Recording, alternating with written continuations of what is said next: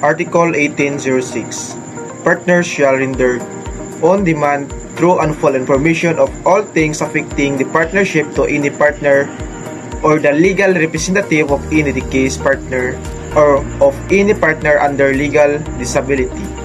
The article does not mean that the partner need to wait for a demand before disclosing information.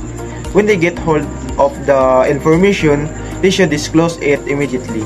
Although additional details may be demanded, if information is not disclosed and is found out later on, the partners who did not disclose such will be held liable for it and be charged for misrepresentation.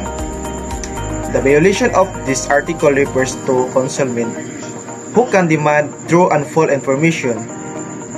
So, any partner, legal representative of any case partner, and legal representative of any partner under legal disability.